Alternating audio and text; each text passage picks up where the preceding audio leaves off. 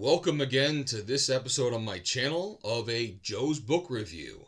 I think by now this is like number 41, so let's get into it. And I am noticing by seeing myself in my own camera, white's not really my color. I gotta learn to not wear this again in the future. But we are talking about splatter westerns. Again, this is something that just came out kind of recently, or at least something that was called a splatter western. Came out during the pandemic, and I'm pretty sure it was like 2020 where this got started. And a bunch of authors dropped down a bunch of books in this kind of horror western style of storytelling. And I tell you what, I've said it before and I'll say it again. It's the kind of thing I didn't know I always wanted. It's almost like, in a fashion, having rated X for maturity levels for, violence put into a book. If you put these out in the movie theater, you might not get an R rating. They might have to go to the X to make it, something. If you visualize what they wrote, it goes too much past the level that is acceptable. Unless maybe it's like a goofy horror, then that kind of slides by pretty well. But I kind of take these things seriously when I read them. So we are talking about, this one is called Dust, which by the way is the name of a town. Chris Miller is the author. Death's Head Press, I believe, is the publishing company. Let's move on. So I will say, if anyone has seen the last few splatter westerns I've talked about, or even when I was doing my Dresden File ones, at long last, it finally became the next book I read. I had bought most of the splatter westerns, actually just using points on my credit card, and I want to read them in the order they came out. So this was like number 4 on the list, but then as I was going along, I noticed that some people were talking about it, so I was like, okay, let's see how this goes. And interestingly enough, when I tried to do a little background looking, by a Google search, whatever else, some Reddit threads would pop up. And let me segue for a second and just talk about the way people would talk about Dust started what looked like hype to me. Now, what does hype mean to me? Generally, through my experience, hype starts becoming a little bit of a turnoff for me.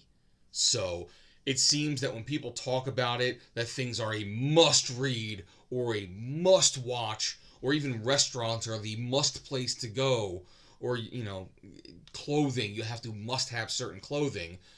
It kind of reaches a certain level of exalted honor that the reality of the thing usually cannot match. The public is talking about this, but is the public really doing it? Or do you have some good publicists of opinions on a Twitter or what have you that are saying what they have to say about it? And I'll even give you a recent example of hype. Is the movie Oppenheimer that had come out just last year. Okay. I saw it. Oppenheimer is a good movie. And Chris Nolan made it. And he's a fantastic storyteller. I really appreciate his work. Okay.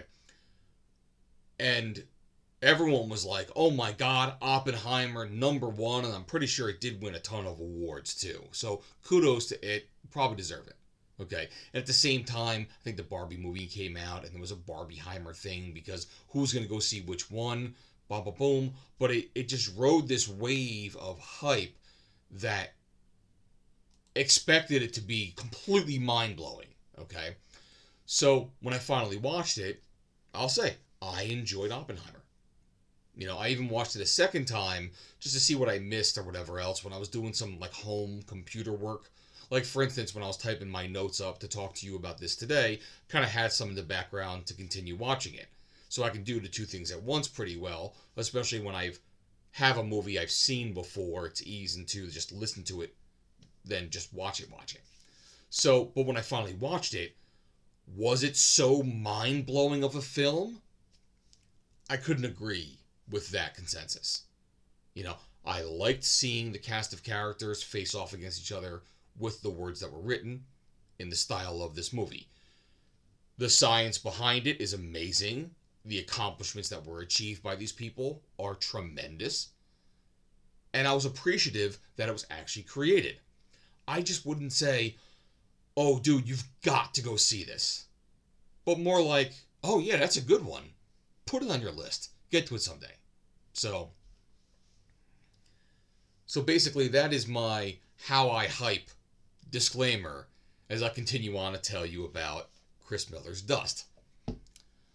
Now, I'm not going to say that there was such an explosion of hype behind this book that would put it onto the same scale as what I talked about with Oppenheimer. But looking into it by doing certain searches on Google, pardon me, the Reddit threads are out there of people asking about splatter westerns. And someone pretty quickly in the conversation would mention Dust. Gotta read Dust if you're reading splatter westerns. It's the best of the bunch.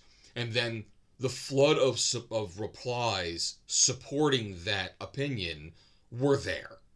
So a lot of people agree. So there is, of the subsection of readers that are reading this, people do like this book. Okay? So I took that in. And when I was going through the list of the splatter western books, and like I said, if I do this without looking, this here is the section of splatter westerns on my shelf of owned but not read.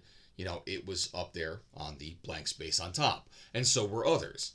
So for instance, there is Hunger on the Chisholm Trail. And there's a section in this book, a very small section, which actually talks about the character who's going to arrive in the book Dust. And even later on, I kind of read it out of order, but the first book on this list had a sequel called For a Few Souls More.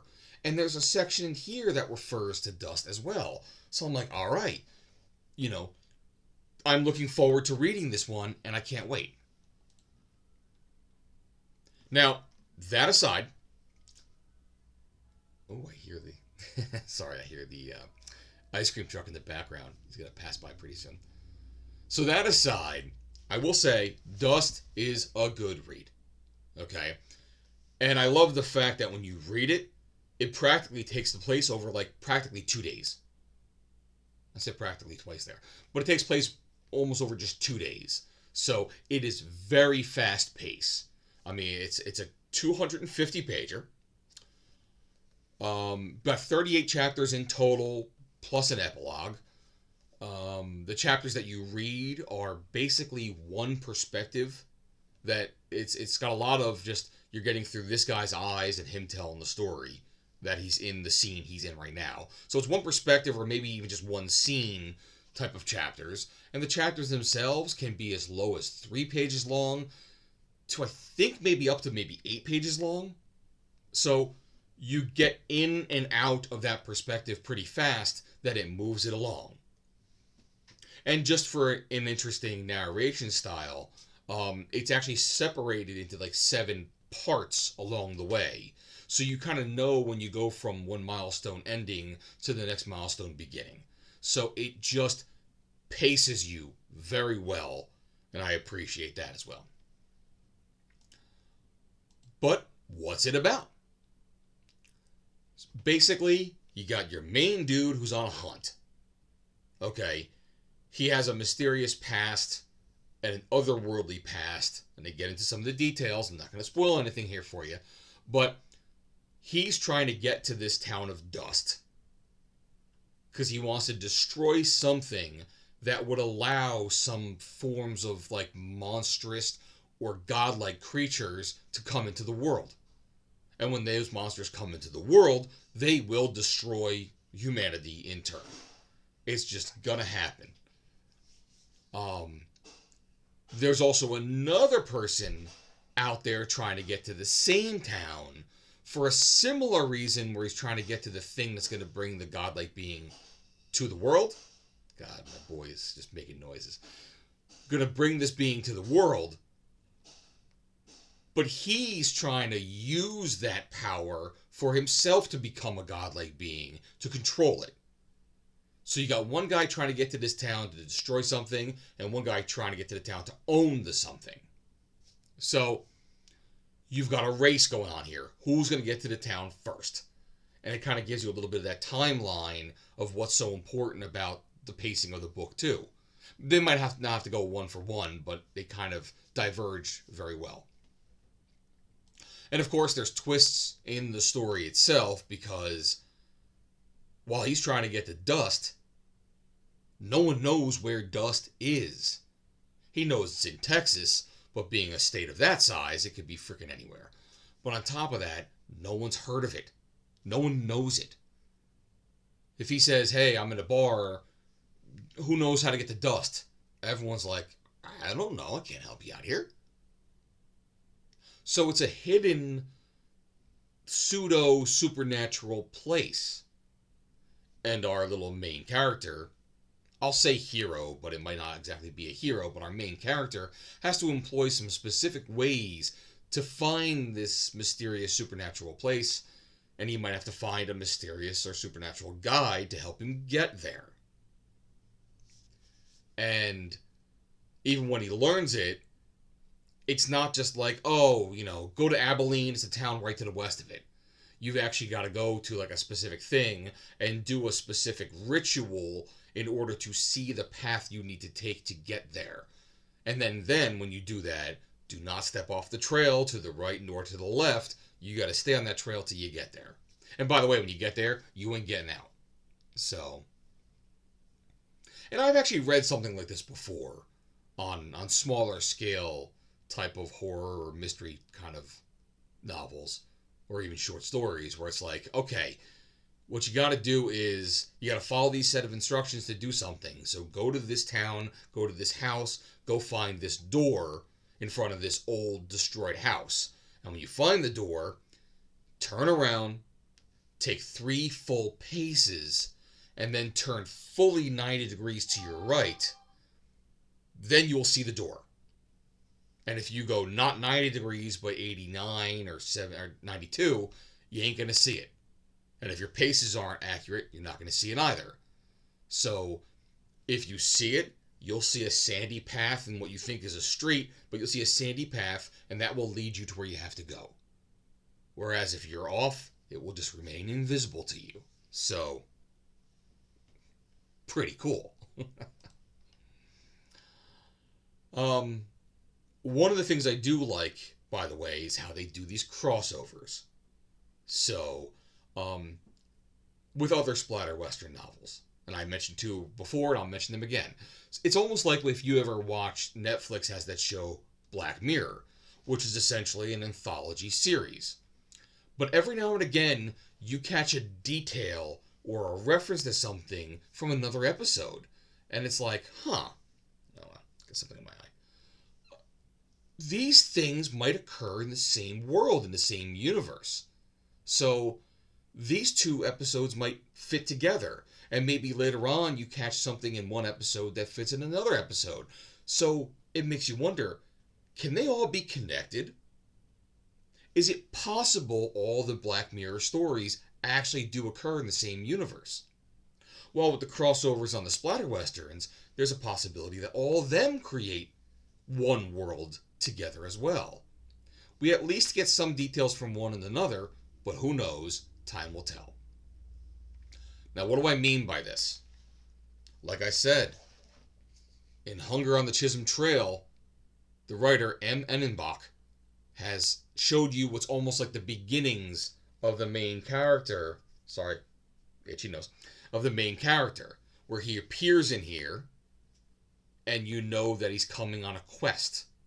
He's got to get to the town of Dust. He comes into town, someone dies, they suspect him. Pretty soon they realize it's not him, let him out of the jail. But he's in the jail with, the sheriff and someone else is hanging out.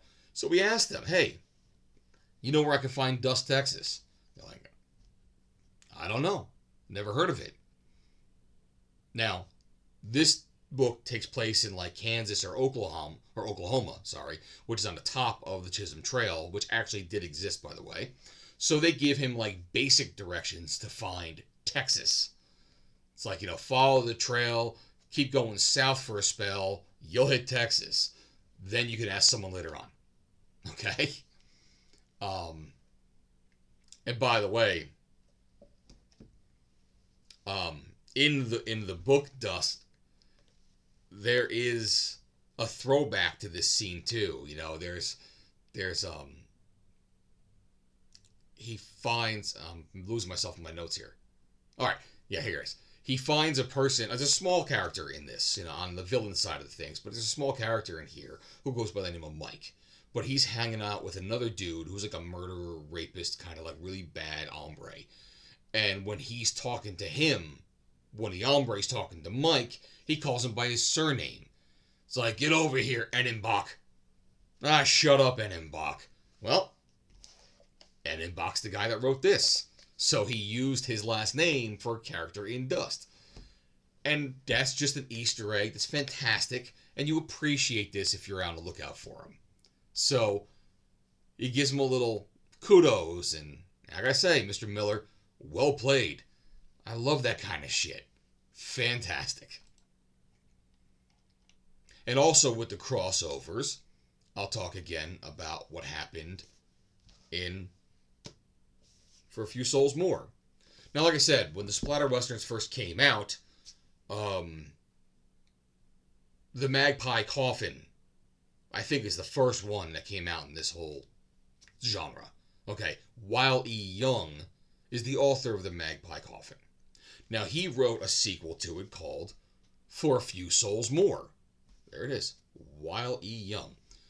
And in this, there's a very small paragraph in there where the main character of this is talking to some spiritual shade or whatever you want to call it of some kind. And the dialogue that occurs in it is he says, like, it's been a while since Dust. I called you there. Who called you here now? Who's holding your reins? So, I jumped my reading order on theirs. I jumped my reading order because I heard that this was a sequel to the first book. So I put it ahead of it. So even though this one came out in 2023 and Dust came out in 2020, there's a reference. So now just getting to that, I'm like, okay, now this character might show up in this book as well. Got my own little interest in reading Dust a little bit higher. The crossovers are happening. So, unfortunately, that did not occur. So perhaps somewhere else in one of these is where there is that reference and another crossover occurs. I've only missed it because I went out of order. Or perhaps there's a section of this book or another book that made it to the cutting room floor. So it did make sense on the overall, I think it's in their perspective, but it didn't happen specifically in this one.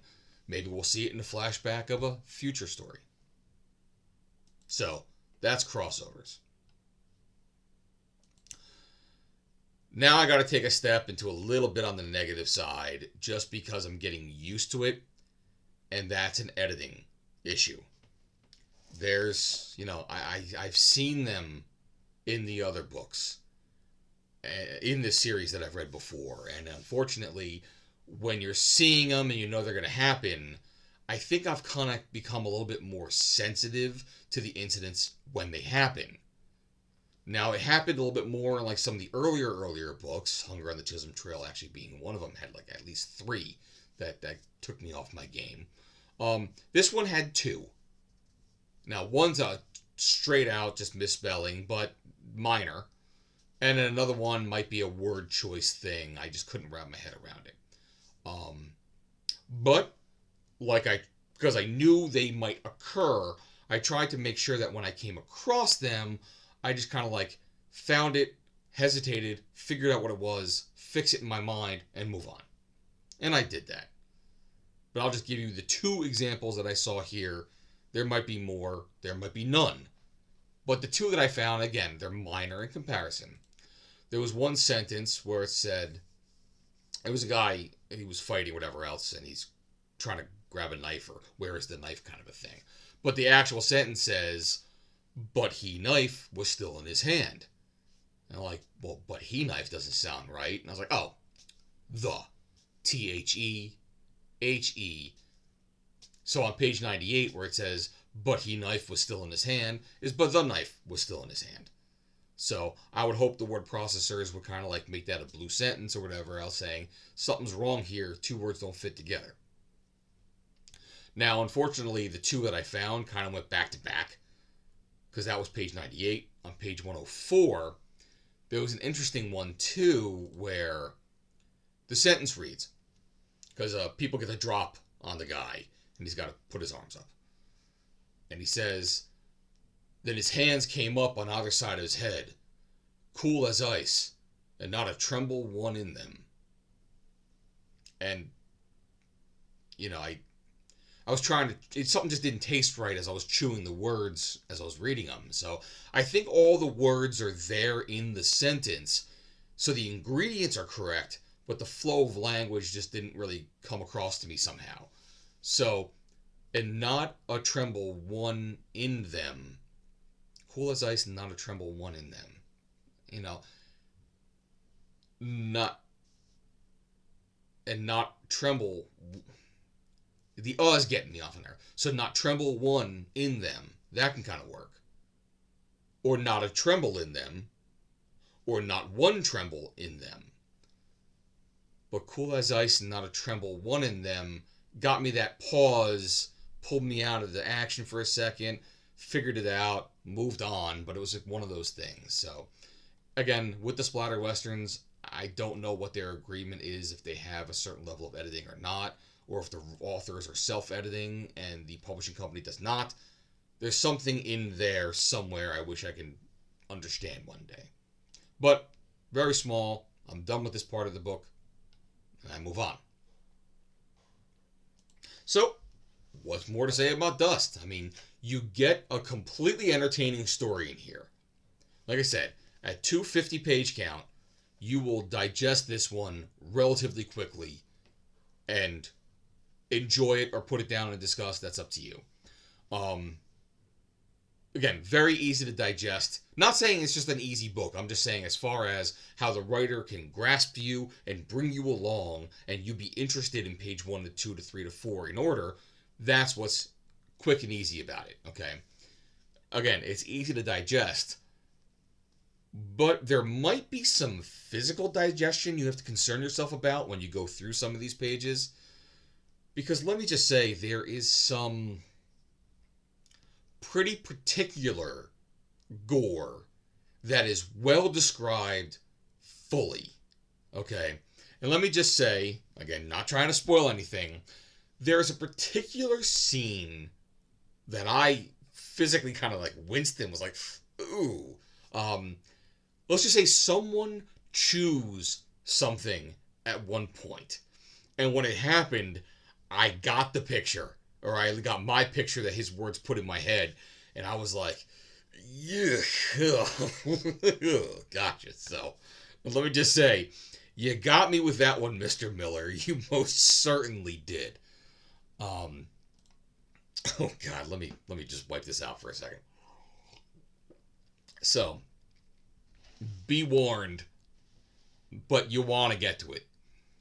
And as you're going through these fast pages too, you're not getting any of those like Chekhov's gun kind of tropes. You're not getting one of those like, you know, when we saw this guy like throwing a rock across a river and pegging this one post or this one tree branch that was sticking there.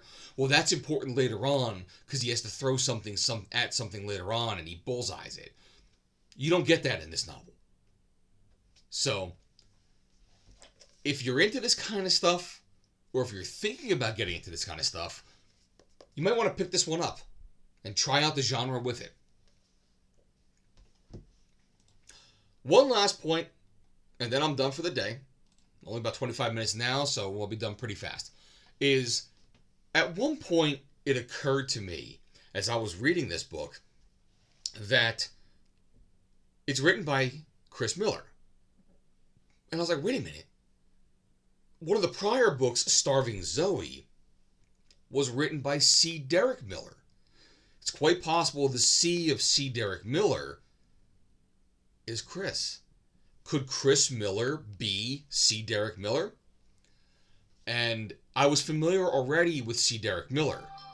Because, like I said, came across C. Derek Miller wrote Starving Zoe. And he also wrote one of the best stories in the anthology, A Book Without a Name, called The Midnight Train to Tucson. So I was like, they're in the same genre.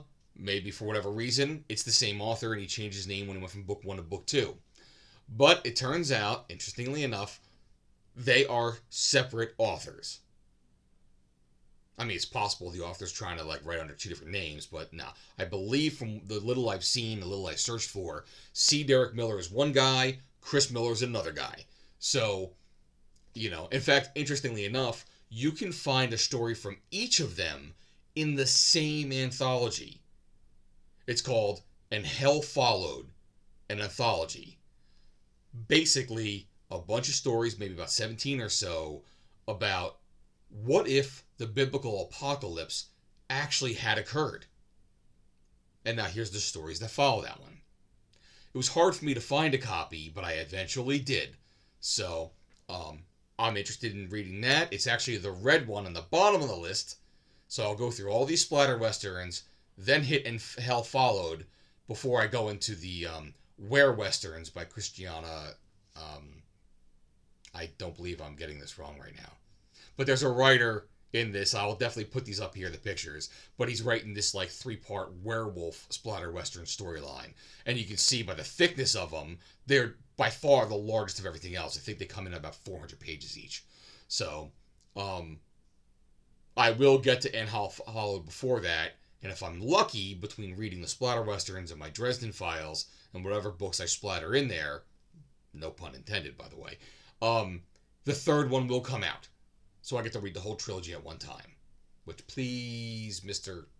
who wrote these books, do that. Alright, so there you have it. I'm done. I hope this was enjoyable to you.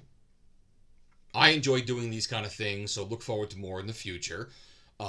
If you've read this before, I hope this helped you relive it a little bit, or gave you some background of my own opinions on certain things. And if you haven't, maybe you want to give it a shot now.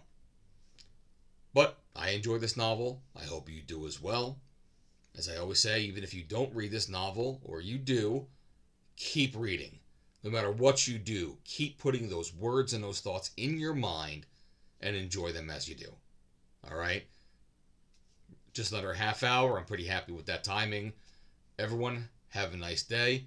And 4th of July weekend is coming up soon. I hope you enjoy that as well. Bye-bye.